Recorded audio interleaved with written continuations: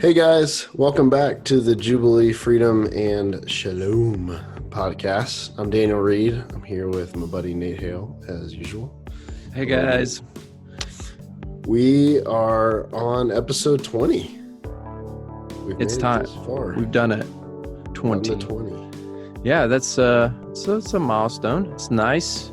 It is. I don't know what the significance is, but it's a number that ends in a 0. So what has been your favorite episode? Oh man, I could guess it. I mean, talking about architecture, church architecture is probably the one geeky. that I love talking about. I would have guessed the Dead Annihilation team's interview. Yeah, that was a good one. I thought that was cool. I like talking about that stuff too. Well, definitely, the interview was really cool to land. Yeah. I've been thinking recently. I based off of something that my alma mater, Harding University, did recently. I want to be really good at celebrating things, partly because it's fun, and partly because I think it's a good habit.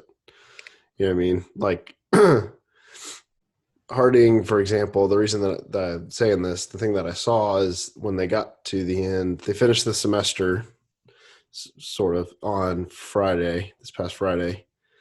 And, everyone's going home for Thanksgiving, and then everyone's doing finals at home. And then that's the semester. So as far as on campus is concerned, the semester's over. And they made a video that was like, thank God we made it kind of thing. Like, praise God. Like praise God because we made it to the end. And it seems like kind of small or silly, but people didn't really think we would make it through the whole semester. I'm sure a lot of people didn't think that, it would work out. People would get sent home. Eventually it would just all come crashing down because of coronavirus stuff. Right. But they made it, and it worked out, and didn't have to do any remote days or anything like that. And everyone stayed relatively healthy, and they controlled cases and stuff. And so they're celebrating that, which seems kind of silly, but it's also like, I don't know. I think it's a good habit to celebrate things. So sure. Here we are, episode 20, celebration. Yeah, here we are. Jubilee. Yeah, we definitely had a student at Harding that ended up in a hotel, like on campus hotel room by herself for 2 weeks. It's just like, poor girl. Good luck. It's tough. No. Yeah, for sure. Especially on the exercise front. Yeah, that would be toss that out the window. But yeah, the last couple of weeks we've been talking about. It's been strange, a little go here and some things. Yeah, for sure. Yeah, so the past couple episodes, I say couple, I actually don't really remember. Two couple. Episodes. Couple. That is a couple, right? It is technically a couple. A few is 4, right? Yeah. When you say they're a couple, you don't mean 5 people are dating each other. So. Well, unless you're in Utah. I still don't think it's a couple. But you would say like a couple of people. That's different. I think it's 2 people. I mean, technically, I think it's still 2, but I think people say that and they mean more than 2. I think it's there's one, then there's a couple, and then there's a few. Okay. And then after a few, there's a lot. There's just a lot, and there's a lot of words for that. a gaggle. Yeah. Was that like a geese? Sure. Something like that. Anyways. A murder of crow. There you go.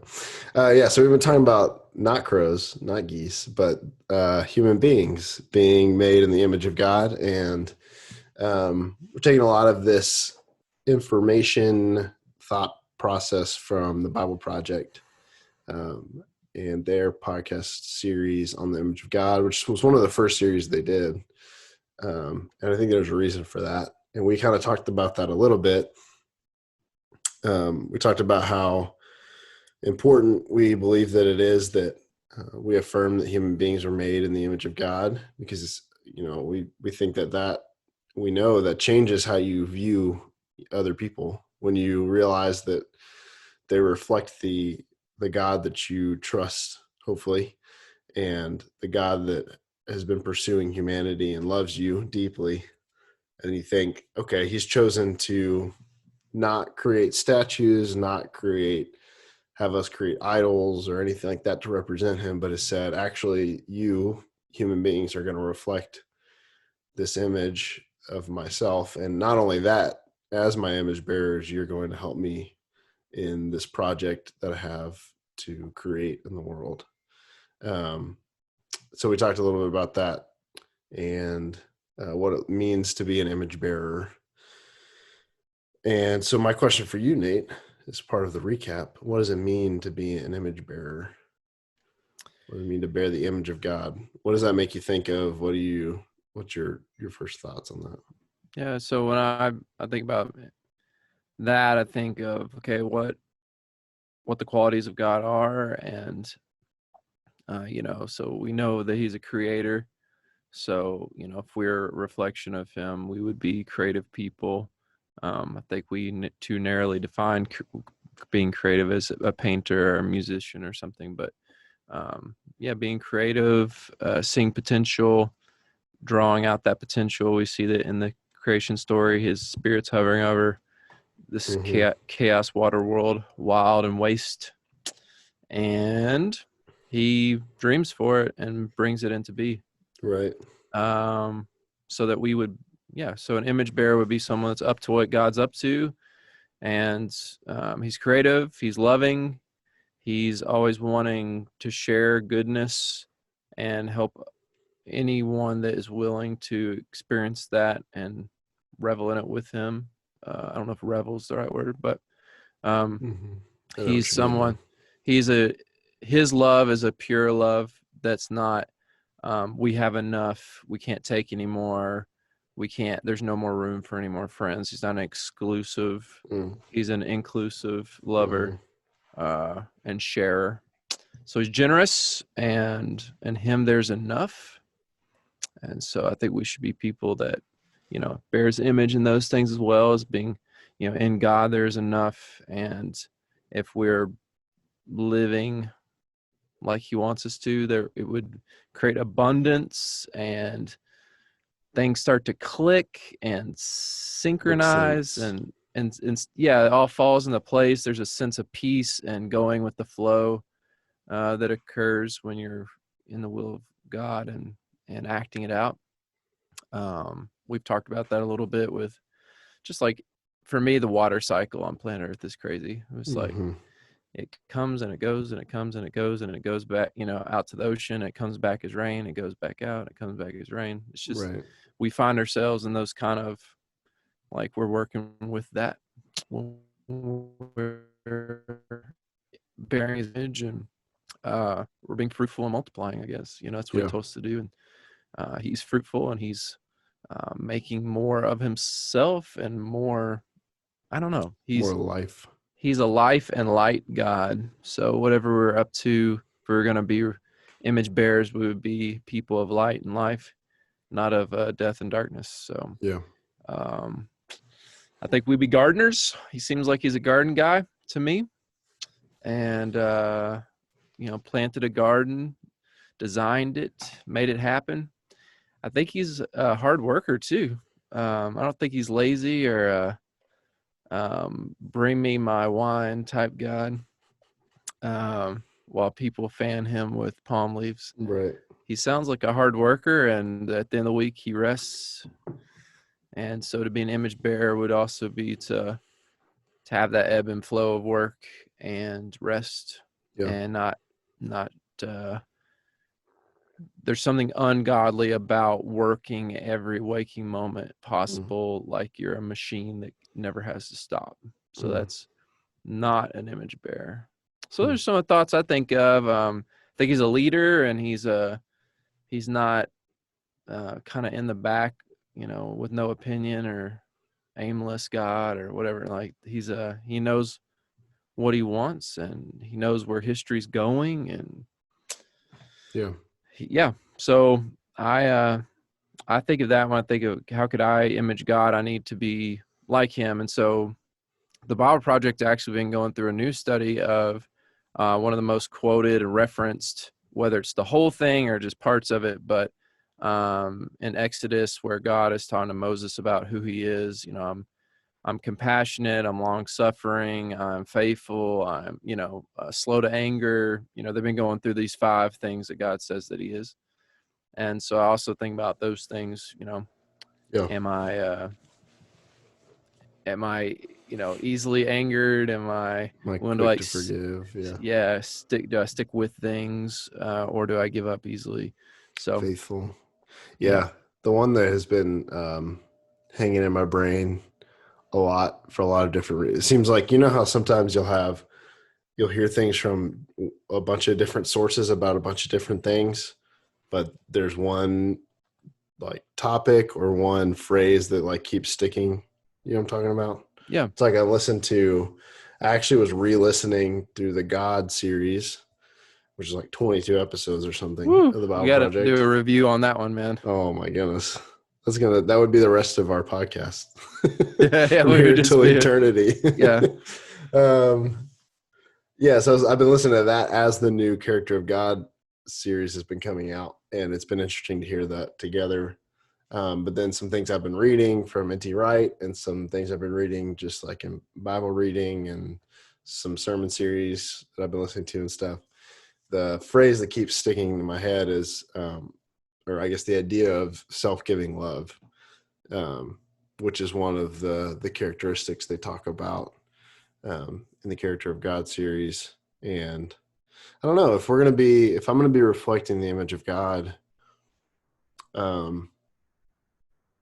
the intensity, I don't know if intensity is the right word. Maybe the intensity of his self-giving, his generous love, that it's never about him, but that he's always focused on the other. That's something that has been really hitting home recently. Because then I think about another part of the image of God conversation that has been, I've been thinking about a lot, is just the idea that if everyone was created in the image of God, if that's what we believe to be true, how much does that change how we treat people? And I know, like, yeah, like the good Christian thing is to be kind and loving and whatever, but to me, it makes it a lot more urgent and a lot more intense. Um, that everyone that you come in contact with, and even people you don't even know, the way that you talk about them, the way that you feel about them, the way that you treat them, um, reactively or proactively, should be influenced by the concept that if they're an image bearer, which I believe all human beings are, anything that you do or don't do for them, you did or didn't do for God. Anything that you said or didn't say, you said or didn't say to God. Kind of that idea of if you mistreat someone, you're mistreating an image bearer. It's a part of that person is a part of the mural that God has been painting with human beings, if that makes sense, that kind of idea. Yeah. Like they're a piece of the puzzle that's really important to God, and you just mistreated them, or you ignored them and didn't do something for them, or because I think about even people that in my circles, I'm nice to everyone that I'm friends with, but like Jesus says, like, what reward would you get? Like, who's not doing that? But the more challenging thing is people that you either don't like or people that you don't associate yourself with automatically. They are image bearers as well and deserve the same amount of self-giving love that you have received and that you would give to anyone. I don't know. And it seems like kind of like, yeah, duh. But for some reason recently, it's just been really hitting home. Just more and more as I learn and grow in my faith, I realize more and more how much of everything that I'm doing is influenced by who God is. There's no days off or seconds off or conversations off. You know what I mean? And it's not just because I'm a minister and I work hard or whatever, and I don't give myself breaks. It's because I'm a human being.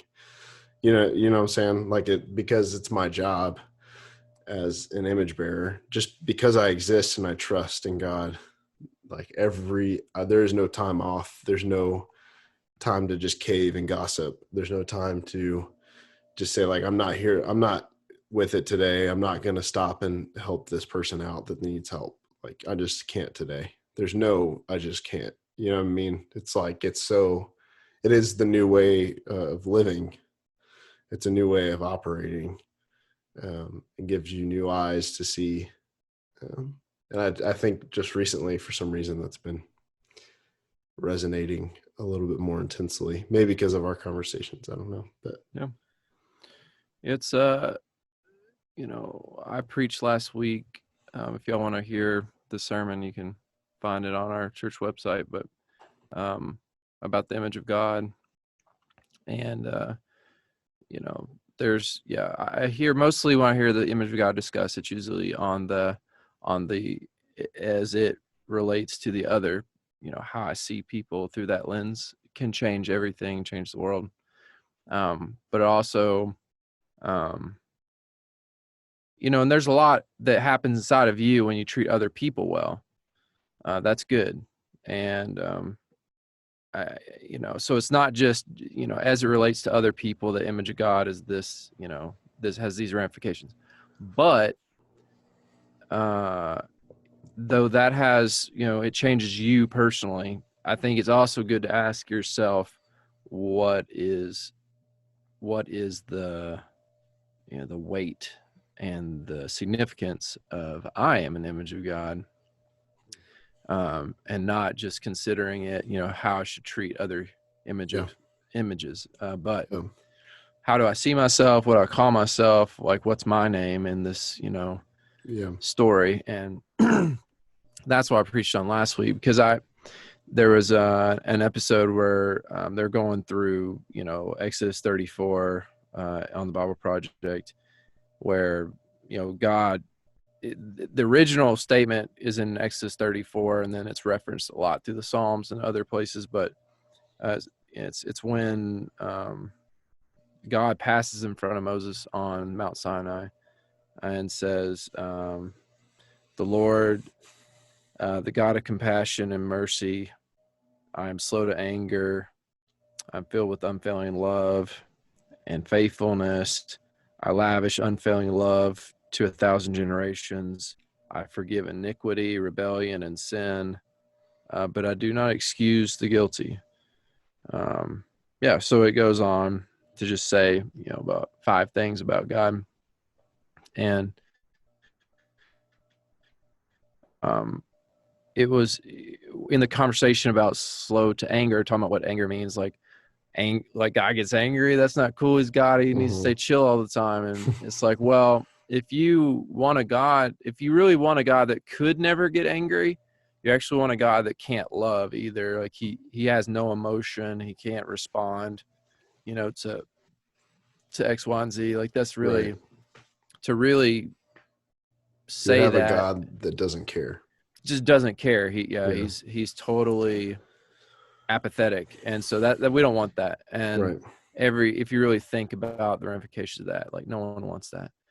So we get a God that can get angry, but in the Old Testament, like, yeah, I mean, God's angry all the time in the Old Testament, and then he got nice in the New Testament. But they went through Adam and Eve, Cain and Abel, Noah, Abraham, Isaac, Jacob. They went through it all. And they'd asked the question, when's the first time that God gets mad? And I was like, I don't really know if I don't know the answer. I Right. can guess, but I definitely don't know for sure. Like, oh Right. yeah, it's in this verse. And so it's like Adam and Eve, of course, they like screwed up paradise, and God had to kick them out of there and Right. guard the garden with an angel with a Flaming flaming sword. Yeah.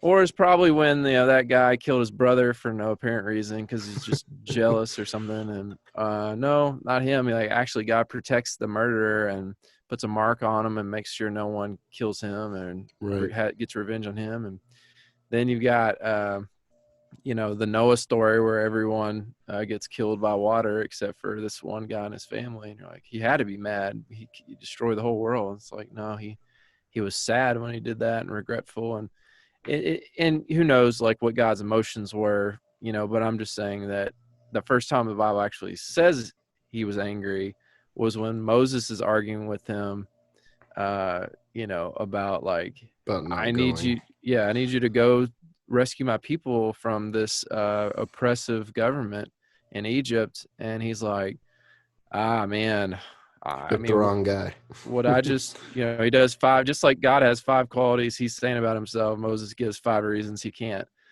And the Bible Project didn't go this far with it, but they pointed to that story out. And I was like, okay, so like, I sat back and contemplated what is happening in that story that makes it different from. There's been some really terrible things that have happened in the story before this, some Right. huge no good things. Right. Moses, is arguing with God about you got the wrong guy, and he does it over and over and over again. After God shows him a couple miracles, tells him his own name. God tells him his name. I know that may not seem like a big deal, but like God reveals his name to Moses. He's like, tell him this is my name if they ask. And if they're like, well, what authority, who are you to tell me what to do? It's like, turn your staff into a snake and like pick it up, it'll turn back. And then puts his hand in his coat, and his, hand looks like flesh, like falling off a bone. And then he puts it back in, it's healed. He does all this stuff. And then after all that, he's like, I stutter sometimes. And then God's like, well, I'll figure that out. And then he's like, after God's just like checked off the list of like, I'll help you say this is what you need to do, I'll show you the way. He's like, yeah, man, I'm still going to need a pass on this one.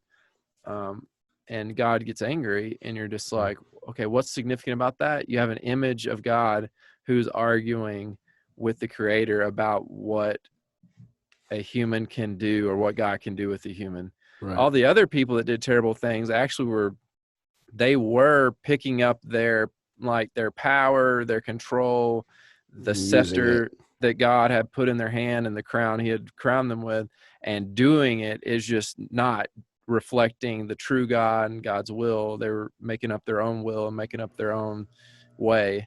They're redefining good and evil for themselves, what they thought was good. So they're actually being images of God just in a terrible way. God's like sad about that. He's like, man, I've got to course correct and do all this, But the one he gets mad at first is someone who's like, I'm not an image of God. I'm not capable. I'm not capable. Like God is literally doing miracles with his, his staff turning into a snake and like his hand turning leprous. And he's just like, yeah, man, I'm telling you, like, I cannot do this job. And it kind of reminds me of like, famous people that are just like, I'm not a role model. Like, I didn't ask for that. And this kind of like just totally like shirking your responsibility when you're put in a position of leadership or, doing something about what needs to be done. And so I think about that, and I seriously have to contemplate, okay, if I'm the image of God and others are the image of God, I've thought about the others, where it applies to them. But like for me, if I'm the image of God, it's going to translate into how I treat people, but it's also like, what do I need to be up to? Like, what do I need to realize? Like my hands, every breath, like every thought, like if I'm the image of God personally, like what am I? Mm-hmm. Am I seeing myself in that story as that character? Like, I don't know. I think some of us watch like, Frodo and Lord of the Rings, and we're like, yeah, man, I'm Frodo. I'd be Frodo in this story. I'd take that ring and I'd throw it in the volcano and everything would be good again. But it's like, I don't know. Like, I think a lot of us be like, that sounds hard. I'm going to stay back here in the Shire. Right. And watch Netflix. Just drink beer at the Shire pub and wait for you guys to come back. Tell me about it. Yeah. Yeah. So, but then I'll give you some money or some food to help you. Yeah, like, hey, I'll send you on your way with a handkerchief full of stale bread, but I can't like actually help you, or I'm not gonna go with you. But But then, as we see in that movie as an analogy, like the Shire that's green and it's covered in grass and they live in little hobbit holes, it all turns dark and black when evil comes to them, because they just thought it would never come their way, or it would never get to them, or whatever. So I think that if I'm the image of God, I've got to see myself as like I'm not an observer of history. I'm gonna need to be someone that's really in the mix. Yeah, I can't say, woof, I'm just a little guy in Nashville. What do I have to say about it or do about it? And it's like, no. I'm not saying think too highly of yourself, because what I also said in my sermon is like, look, you're made in the image of God, like you gotta take your life more seriously. And then it's like, and you're made out of dirt, so like you shouldn't take yourself so seriously at all. So there's a balance there. Sure.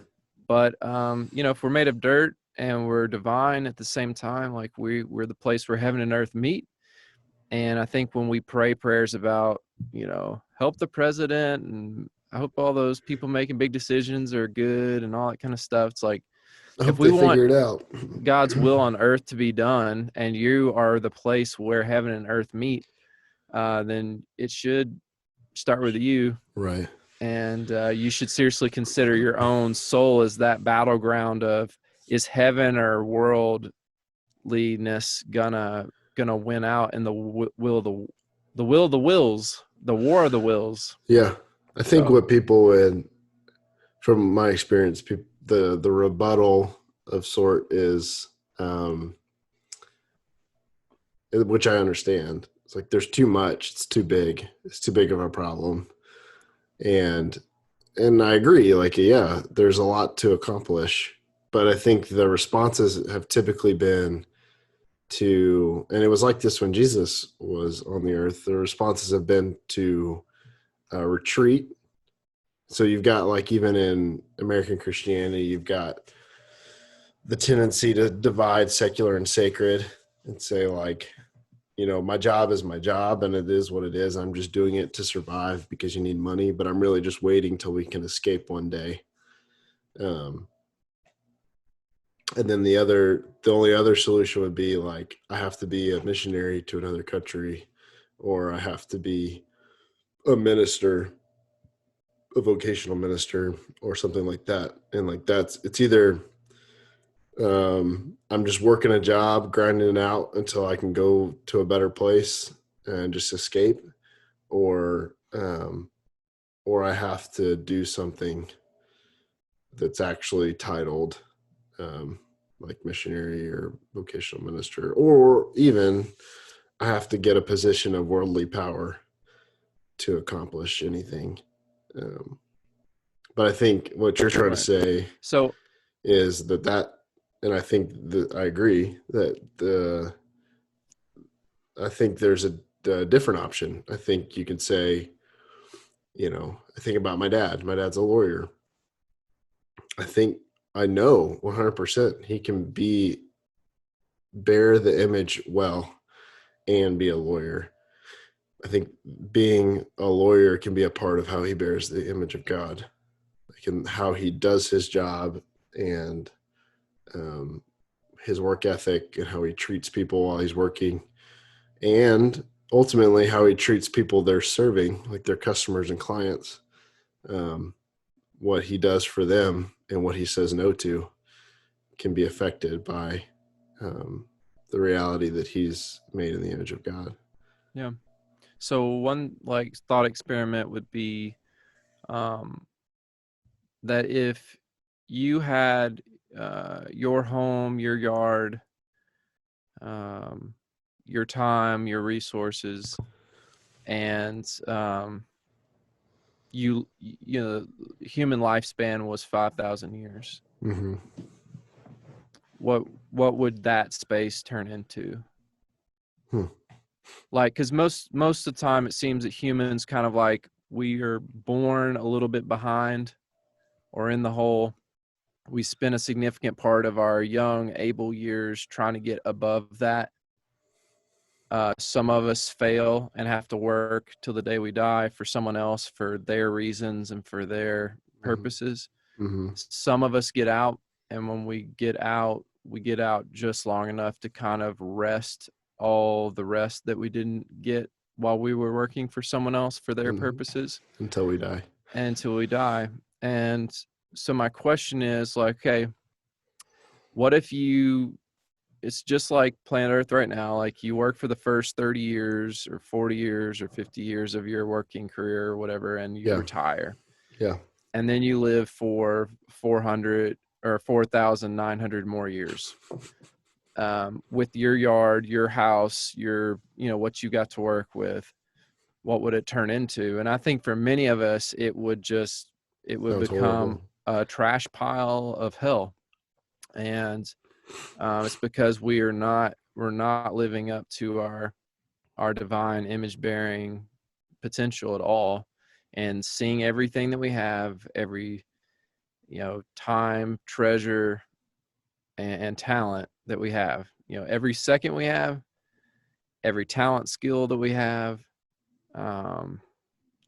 all of our resources, our treasures. How do we turn those things into goodness and beauty? And I think for most of us, everything would just turn into basically a miniature desert, and the house would turn into just a trash pile, and we wouldn't really have any imagination for a godly pursuit in those things. And it's like, but a lot of us can dream about, like, if I was president, I would do this and I would do that and I would do this and I was that.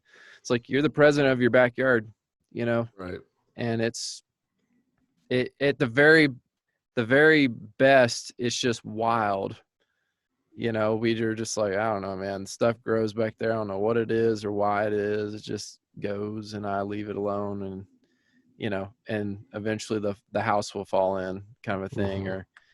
Or we'll have to work our entire lives for someone else and for their purposes, because we can't seem to get to a place of self-sufficiency, like where we don't need bosses and we don't have any bills anymore, because we've created our own little world of I think where like some people may take that when I say it is like Nathan wants to be this island of self-sufficiency, and it's not about that. I actually really believe in being interdependent. What I'm really saying though is that if someone cut your electric line and someone cut your water line off to your life, you would just be hosed. And anyone that has that much power over that many people is actually tempting another human being who's the image of God that we should love and care about to be a not great version of what it is to be human. I think to have a government, that has a president that has some control and power is actually anyone that's going to get that much power all in one position and title. I think we're inherently like allowing that power to corrupt them. Like it would only be right for us to spread that power back out to decentralize things. And so that's why I say that. It's not that we don't work with each other and we're just like, I don't need anybody. I'm saying it more in the sense of like, I think we should have a shared responsibility of where does the water come from? Where does electricity come from? What happens to the poop when it goes down the toilet? Like all that kind of stuff should be stuff that we have some shared responsibility in. And anyway, so I think people that love God and are his image bearers, if they had 5,000 years to live, what they would leave in their wake would just be a masterpiece of architecture, of symbolism, of artwork, of music, just so much discovery. And they may have created their own varieties of food and trees. It's like there's a tree that grows in North America that's never been commercialized. It's called a pawpaw, and PAW, and it's one of the only fruit trees that grew naturally in North America, and no one has ever domesticated it because it ripens really fast. You have to eat it really fast, so it never became like Kroger's favorite, thing to work with because it went bad too fast. Yeah. But there's people right now that are taking it and bringing it into that point. I don't know if you guys have ever like looked at like what did a strawberry look like before it was domesticated? Yeah. It's crazy. Well, it's just this little red thing with a bunch of bumpy seeds on the outside, or a banana had these like big hard seeds in it. A cucumber was like more spines than actual like, edible part, these long like spiky spines on the outside. And that was a human being walking with it generation after generation and bringing it into this edible, palatable thing that took years and years and years to pull off. But it came through people walking with it, working with it, seeing like, what do I want this cucumber to turn into? We like this part of it. We want, the green part. The spikes got to go though. And so you watch it. And so it's called, and that particularly is called landrace gardening. Do you want me to explain what that is real quick before we keep going on? Speed explanation. Speed explanation on landrace gardening is when you buy your seeds from Lowe's, like those seeds don't necessarily have the genetics of I love it here. They just have the genetics of if it's a tomato, it's red, it's round, it's big, it's got this flavor, and but the actual genetic of where does it like to grow might be like Maine or Arizona or not where you are. Right. And so what landrace gardening does is you basically take as many different types of tomato seeds, you throw them out one year into your garden, and you just let them grow. You don't pamper them, you don't fertilize them, you don't water them, you don't do anything, you don't weed. You just like whatever happens, happens. And so then you're like, oh, I hope that type of tomato makes it through, but it actually dies. But everything cross-pollinates and the DNA gets shared around. And so maybe that first year, only like out of 100 tomato bushes that come up, maybe 2 of them actually go to seed. Right. And so then the next year you just save those seeds and you plant just the seeds that made it. That means that those seeds have the I love it here gene. Right. I don't need extra help gene. I'm ready gene. And so then the second year you may have 50% of whatever you throw out there actually comes to be, because they all have the I love it here gene. And then you start realizing like, oh, this has the I love it here gene and it's this shape or this flavor or this color. And you save those seeds. And then by year 3, 4, 5, you're getting the flavor, the color, the taste, like everything that you want. And it's got the I love it here gene in it. And when a image of God person had lived 5,000 years, they would have these plants that basically grow like amazing, amazing, amazing fruit that's good to the taste. It's good for humans. It doesn't require like anything but what the natural environment has given it. It needs no pampering. You don't have to go to Lowe's and get Miracle Grow. Like it just loves where it's at. Yeah. And that's the kind of legacy you hire of God bearing person. And I just imagine, I don't know if you've ever watched Lord of the Rings or not, but whenever they go to see Elrond, I think it's Elrond. Anyways, it's the guy, it's the guy from The Matrix, Mr. Anderson, or the guy that says Mr. Anderson. Right. But anyways, whatever his name is. It's an elf. Is an elf, and they're in Rivendell. And this place is like built around like a waterfall, and it's all stone, and it's just beautiful. And there's this like every wall has some kind of masterpiece, like artwork on it or engraving on it. And you're just like, okay, like who had the time to do all this craziness? And you're like, well, elves live like 10,000 years. So, it's like, oh, okay. Oh, sounds good. And then it made me think about that. I'm like, yeah, I mean, if we were image God people and we live for thousands of years, a true image of God person, it wouldn't all just collapse and fall into disorder and all this kind of stuff. It would just be incredible. You'd walk in and be like, what am I looking at? I'm looking at a human being's 5,000 years of reflecting God's light out into the environment around them. The example I also use is Andy and Sid from Toy Story. Oh yeah. It's kind of gets into like the glory or the radiance of God. what is our glory and radiance in the sense of like what's reflecting off of us? Like, Mm-hmm. does your room look like Sid's room, where like there's everything's skull and Death and crossbones, destruction. death and destruction and dark, and Yeah. just everyone's afraid and hiding, and all this kind of stuff, and you're about to strap someone to a bottle rocket and blow them up? Or are you more like an Andy character where there's this, it's bright, it's happy, it's colorful, it's a place of imagination and play and Love. Yeah. love, and there's everyone works together and has each other's backs, and no one's hiding and scared. And so I don't know if we really think about it, like what is our Yeah. radiance if we're reflecting God? What would the environment that we're in and day out, what is it turning into? Yeah. And I think a lot of us in America have been sold on like this kind of like a treadmill type thing where it's like, I always have to keep coming back here and buying it, and then next year doing the same thing and doing the same thing and doing the same thing. And it gets really like, I'm trying to have a great yard and it's perfectly mown, and then the lawnmower breaks and I gotta get that fixed. And it's like this constant kind of struggle thing going on. And so I think some of us are trying to create a good world and a world of light and life, but we've also, the person giving us recommendations on what that looks like is someone who's trying to make money off of us. Right. And if they're going to keep making money off of us, they can't sell us like the best refrigerator. They got to sell us the refrigerator that looks nice, but it's going to break down in 7 years. So you have to come back and buy a new one. Or, Right. the person who's giving you gardening advice, like wants you to the best product. I don't know if you ever watched Shark Tank, but the best product is the one that, number one, you have to buy. And number two, you have to keep buying stuff to keep it going, i.e. the Keurig is like the best of Right. the best inventions ever, because you have to buy Buy a a Keurig, Keurig. but then you have to keep coming back for the pods, Right. or it's not worth Doesn't work. anything. Yeah.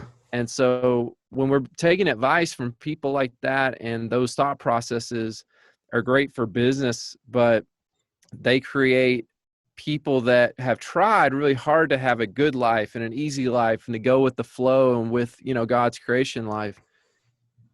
But we actually are being coached and, given advice by people that actually want us to stay in kind of a perpetual need or a perpetual want. Right.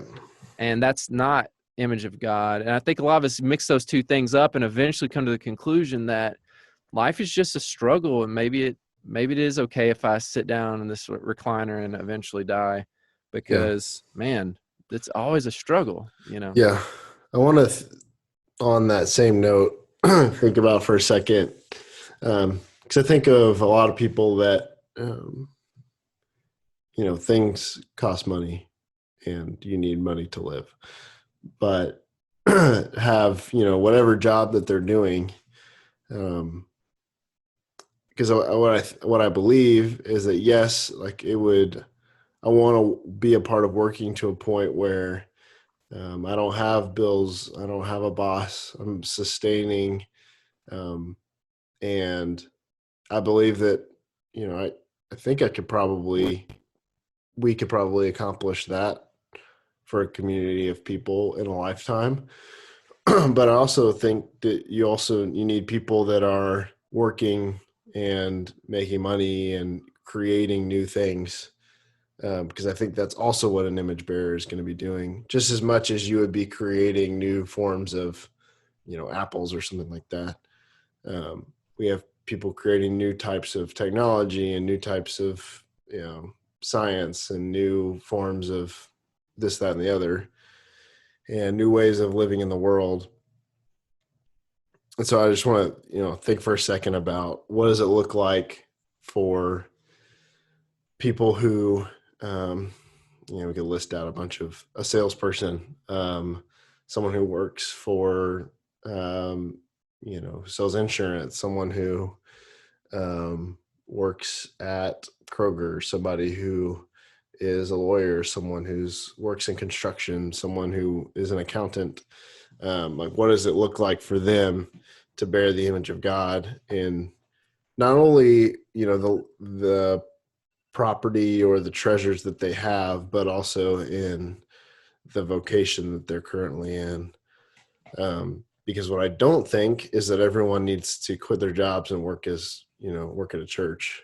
I think that there's human beings have always built bigger cities and um, found out new ways of doing things and created and grown and been fruitful. And I think that's part of what we should be doing as image bearers. But what I think the difference is instead of saying, someone else will do it, and even though they are image bearers, saying like, I am going to choose to, as an image bearer, choose to bring the potential and to be creative in my job as an accountant or whatever.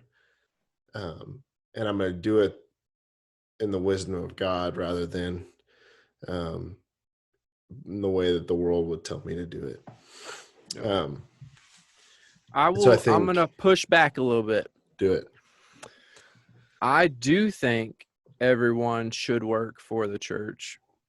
I just think that we should redefine what church work is. Well, sure. I'm saying, like, as it currently stands, being what we call a minister. Right. And so I think a lot of times, I want more and more people to not work for, like I said, their boss, their wills, their wants, the owner of the company, whoever that is. I want them to work for God. I want them to work for a pursuit that is, that's moving his will and his kingdom forward. And I do think that there's ways to have a life that way, to make money or to have a life. Anyways, but I do think that necessarily requires people to understand that church work is more than preaching, psalm leading, and answering phones at the church office. That church work has a lot bigger scope than what happens within a church building. I mean, but a lot of those things could happen with there. That's another thing. It's like, well, maybe our church buildings should function differently. Like maybe there should be a place in our church building that makes eyeglasses because, God wants people to see or people to hear or, sick to be made well. Like maybe there should be, right. Places within our church buildings where people live, like full-time, live inside the church building, and there's always people there and there's a heartbeat and we're up to whatever God wants. There's lots of things we could go through and say, what does God want? He wants justice. He wants people to experience freedom and peace. So, would there be a place in a church building for someone who's a lawyer that works with the immigrant or is an advocate for the homeless or an advocate for the orphan?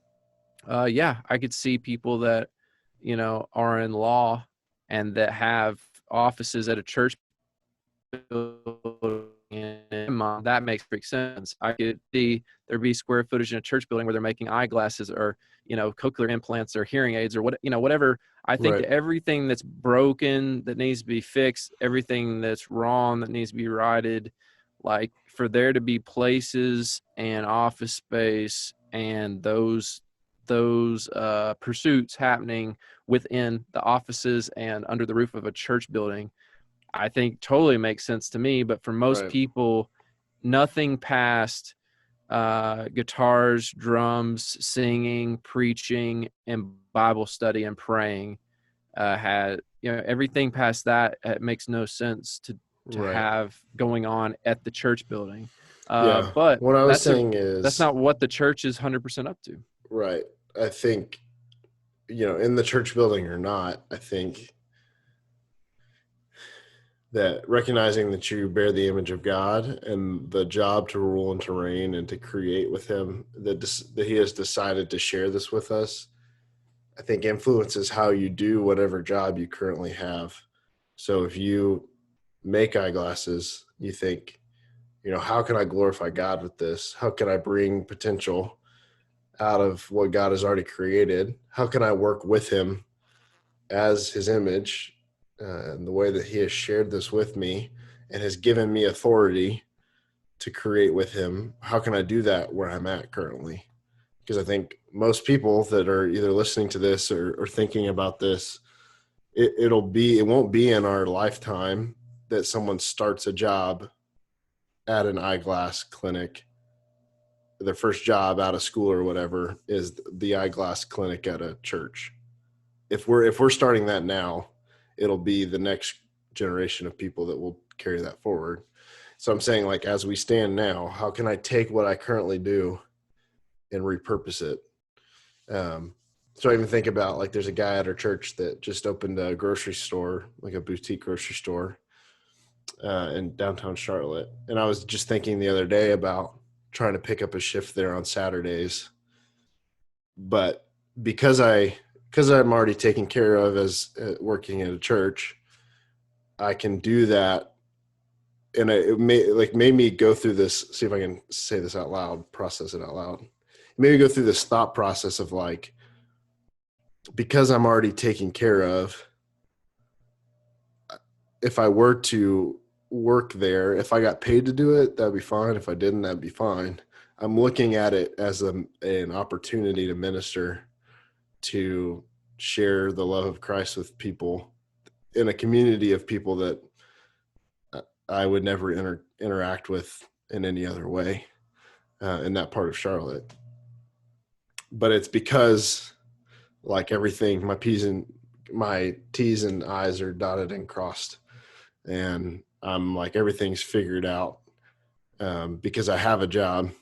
So it's the whole idea of, like, in this scenario, my bills and boss are taken care of.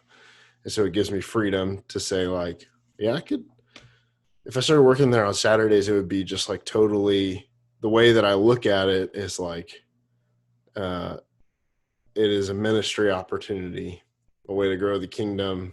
I could use it as grounds for whatever I wanted to, but I'm able to look at it that way because everything's already taken care of. Does that make sense? Am I explaining that well? Yeah.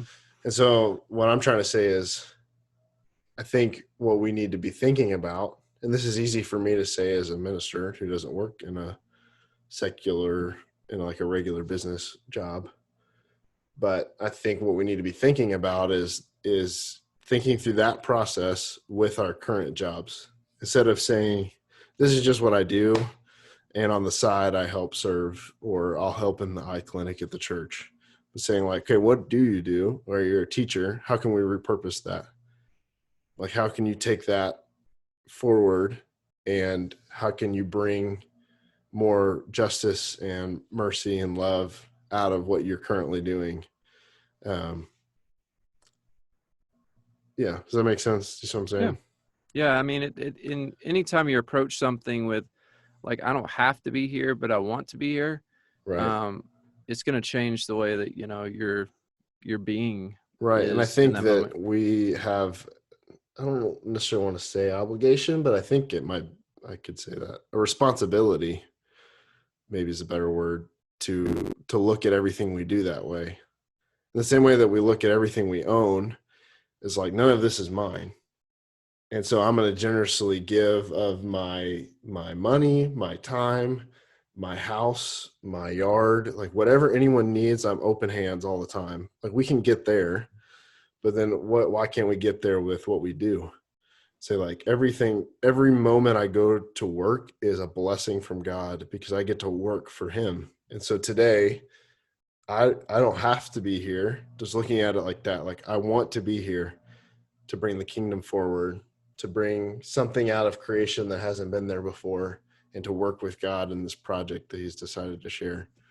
I think not only would you find more purpose, but I think we would create a lot of crazy cool things, or reinvent a lot of things that need more life in them.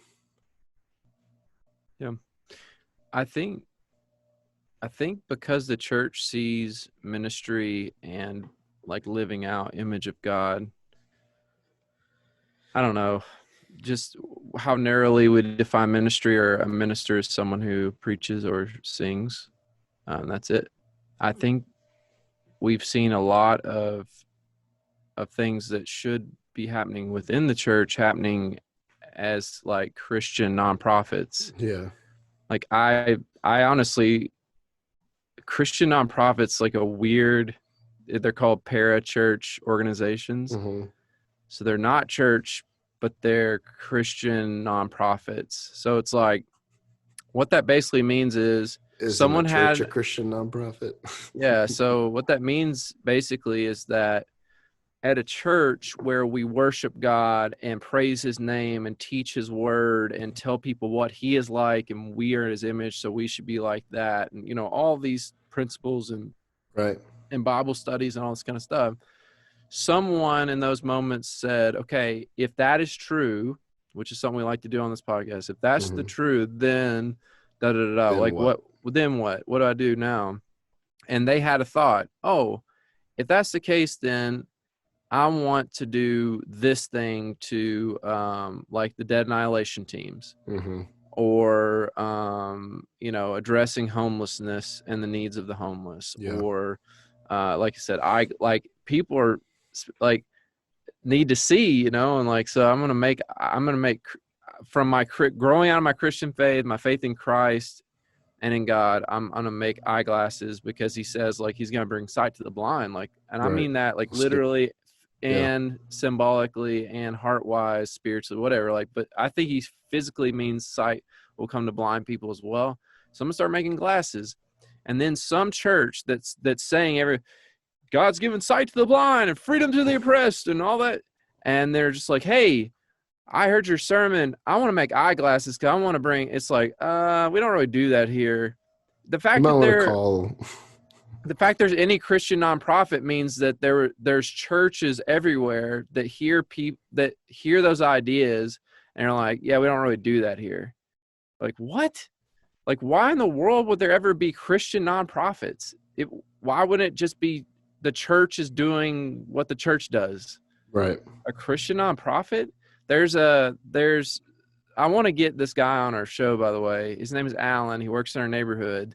It's part of Project Connect Nashville. And Mm-hmm. this is not me slamming nonprofits. Like, I totally understand why nonprofits have to operate outside of the church, because the church doesn't have a great sense of like what the practical reality of some of the things we preach on Sundays are. So this is not me like calling them out, it's calling the church out. But this guy named Alan in our neighborhood is called Project Connect. He does some awesome work Yeah. getting people out of poverty and keeping them out of poverty, and Right. addressing not just like, here's some food today, but like, why'd you get homeless in the first place? Where's your family? Like, all this kind of Right. stuff. And I'm like, oh, that's so great. But like, why did Alan have to go outside of the church to do that, Right. to run that ministry? And that's I think if we really knew ourselves as image of God, or image bearers, his likeness, and we saw ourselves all in the work of ministry, then we could have that all under roof of where we sit, you know, Yeah. on Sundays. And what's crazy is So the beauty that's of I hope the church can get that vision. yeah, and the beauty of a church gathering together is being able to pool resources. So I think about like even executing an idea, like, you know, you and I both have had a ton of ideas of different things that could happen.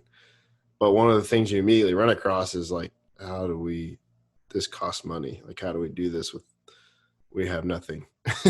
And so if the church was up to those things, you would never reach that point. You would say like, that's a great idea. Let's present it. Come on Tuesday night, you're going to present it to the committee that's in charge of whatever.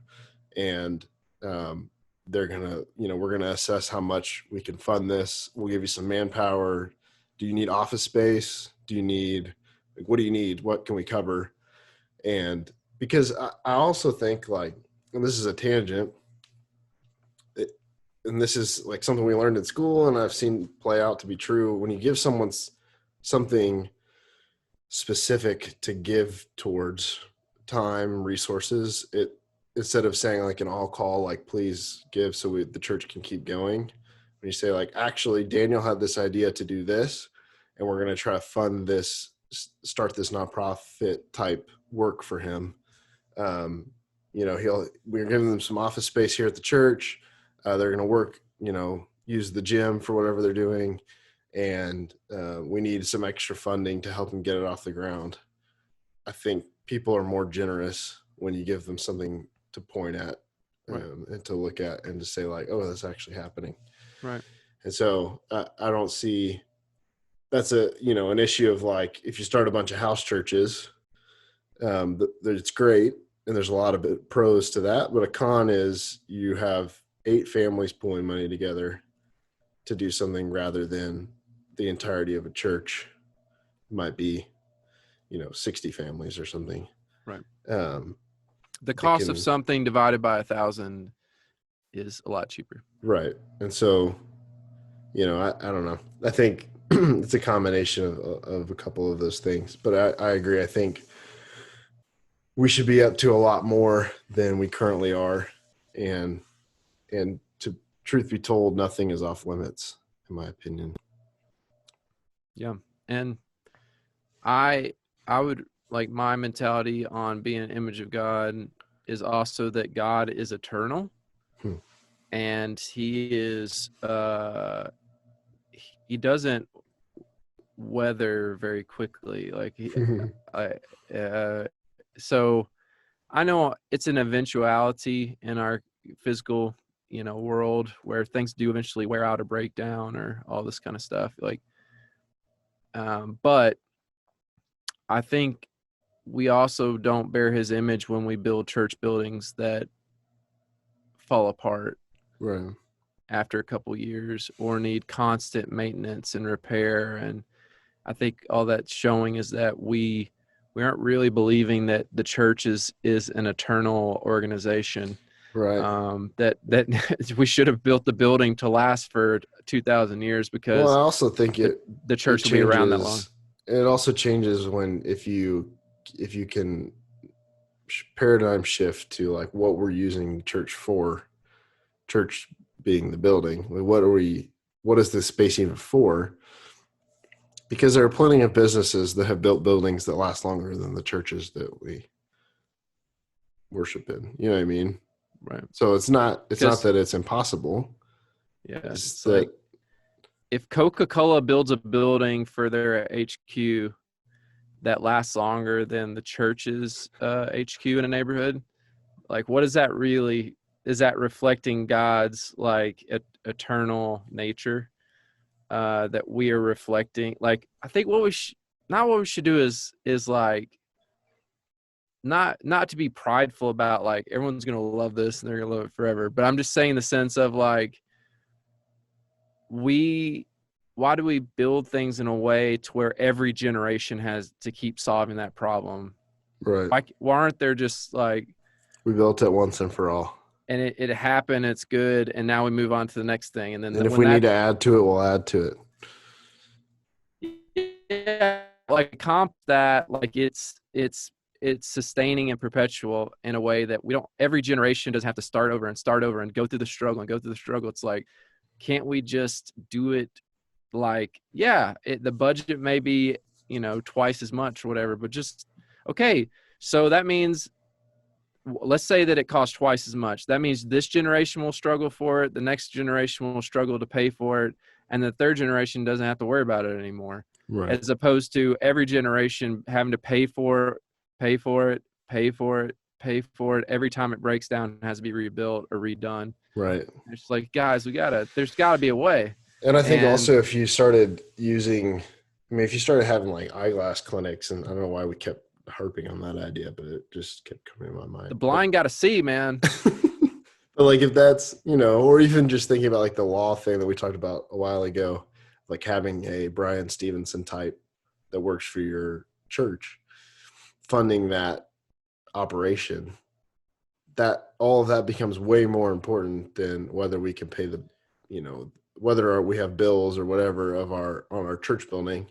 Because then it's like, okay, we need this church building to be like zero cost, essentially. And you can do because that. You can right, do that. because what's more important and more urgent to us is that we take back all the things that have been corrupted, that we live as image bearers, that we call the lost towards a new life with Jesus. And that is way more important to us than paying our AC bill. So we're gonna, redevelop, reinvent ourselves. And Or to because build the build the what we building in a use our way money that for is we have more important things to do. yeah, and like I think our congregation's about to have to buy new AC units. It's going to cost up around, I think, $200,000 or more. And Right. so every time those moments come, it's just like, and then we'll be here again in 30 years, Right. and we'll be again in 30 years, and again in 30 years. And that's Right. why when I was talking about my architectural stuff, it's just like the ground is always 55 degrees. Why don't we bury cooling tubes so the hotter it gets inside, heat rises, we place a vent at the top, and as it goes out, it draws in cold air from the cooling tubes that are buried underground. That's always 55 degrees, and it's always 55 degrees, and you never have to spend electricity to make it 55 degrees. But we won't. And another part of that is we've inherited a building that wasn't built that way, and there's no cooling tubes, and that's just not what it is. And I get that. So we have to start with where we're at and not get, bummed out and just like, well, everything is tainted to some level. And we can't be purists in the sense of like, I just can't be a part of this place. One person's divorced. I have to go to the next church. Like, Right. we got to like, Start not somewhere. everything is what we hoped or how it, turns out, or relationships or church buildings, whatever. We have to work with it where it's at.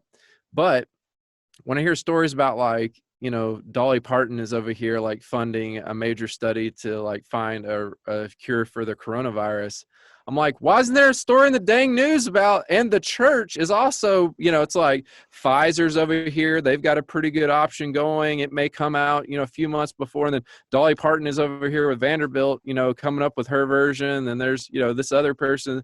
It's like, why is it the church? Why is it the church one of those things? It's like maybe the church's version of the coronavirus vaccine was the one that won out or got there first or worked the best. But it's like, where's the news article that says that the eternal church on planet Earth was trying to help during the pandemic by, and like all of us chipping in $1, and therefore we had $5 billion to work with Right. to solve this thing and to do the research and to get it done.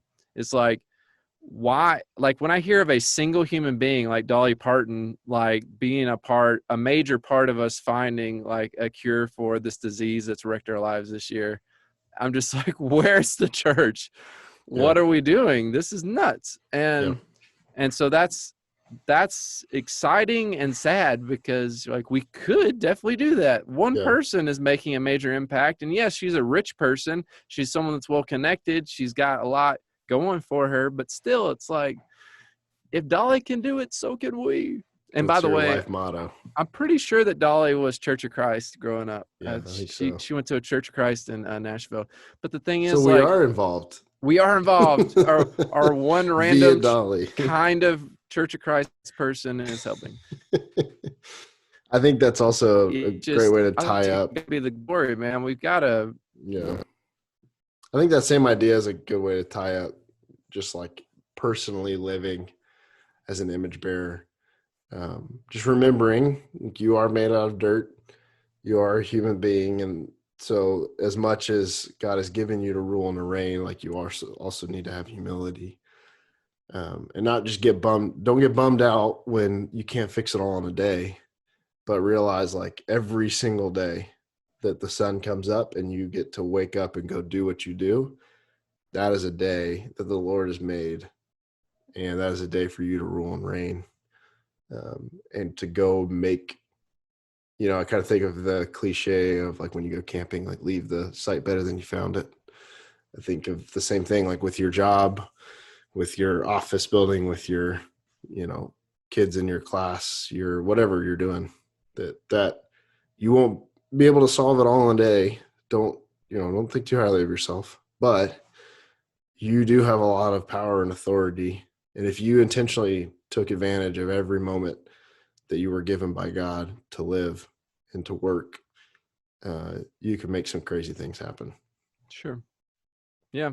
So we gotta, be humble. Don't take yourself too seriously. You're made of dirt, but you're also stamped. Your dirt person has been stamped in the image and the likeness Yeah. of the one who created the universe, and therefore you should maybe not take yourself so seriously, but take your calling very seriously. Yeah. Your He, purpose. he spoke a calling, a purpose over you.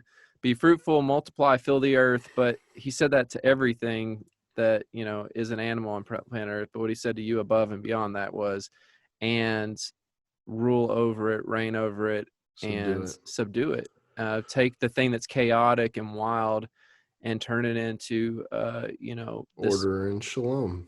this thing that all is hitting on all cylinders. It's working and moving and flowing together Yeah. in a way that's not erratic and chaotic.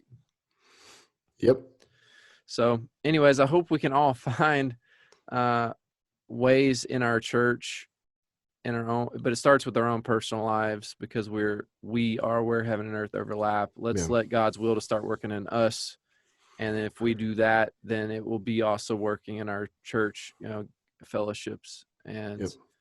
then out into our neighborhoods and collaboratives between churches and on and on. So Yep. At some point, you will be required to. You'll reach a moment where you can either keep on living the way that you've been living and just ride this thing out in your recliner until you die, or you can take a leap of faith, trust that God is working with us. He didn't set it in motion and leave, but he's working with us actively, and you can join him. There will be a moment and there will be a decision that you'll have to make to push forward and to take a leap of faith. And so my hope and my prayer is that we can all take that leap, and not just mail it in, give up, throw in the towel, and just say like, "Wow, it's too much. I'm just going to be a nice person till I die." right. And the story from scripture that always catches me in that way of don't sit back and just expect God to do everything. He's called us into the work. I mean, obviously, if he wanted to do it himself, he would have said, "Get out of the way. I'm Right. going to do this." But he keeps calling us into the work. Yeah. And what reminds me of that the most is when Jesus feeding the 5,000. There's, before that happens, there's a crowd of 5,000 people who've been listening to Jesus talk for 3 days, haven't eaten anything because they'd rather hear what he has to say than eat. And as he's teaching them, he's saying things like, "Those who hunger and thirst for righteousness will be satisfied." And then his disciples are like, "Hey, remember those people that hunger and thirst for righteousness? Let's send them away because they're hungry." And Jesus is like, "What? Are you serious?" And then they're like, "Oh, if we don't send them away, we can't feed them." And he's just like, Yeah, you um, can. You can feed them. yeah, it's like, Jesus feed them, miraculously after he refuses to send them away. They're just like, "Okay, well then feed them." He goes, "You feed them." And I think about that all the time. I'm just like, what was Jesus thinking when he looked at 5,000 people and looked at his, dumb disciples like me? And it was like, "You feed them." And I'm just like, "What do you mean me feed them?" Yeah. And I think Jesus is trying to wake us up. It's just like Peter did walk on water. He just didn't do it very well. And it's like, okay, all we got these 2 fish and some bread here. And Jesus is like, "Okay, let me show you what's up." But Yeah. I think about that all the time, that you feed them, moment. And you're just like, "Okay, God, I don't want to be like Moses, where I argue with you about what you can and can't do with a human being." And if Jesus was here to remind me that a human being, a real deal, 100% true human, looks like someone who can feed 5,000 and walk on water and heal the blind and raise the dead, then I don't think I can do that. But I'm not going to stand here like Moses and argue with you about Right. what you can and can't do with a human being. So Yep. it's a humbling thing. I hope we can figure it out in our lifetime, and but it will be the pursuit of a lifetime to Yep. understand those things and to work with God however he wants to use us. Amen. So All right. Love you guys. Thanks again for tuning in, for listening through 20 episodes with yeah, us. We hope that this has been impactful for you. Again, if you have any response you want to give or any pushback or questions, or you just want to comment, we have our Instagram. You can DM us. You can, I guess that's what it is. You can write us on Facebook. I just sounded like my grandmother. Write us on Facebook. Write us on Facebook. On Write the us on Facebook. No, it's the Facebook. The Facebook. Yeah, that's right. We have an email, jubileefreedomshalom@gmail.com. We have a phone number.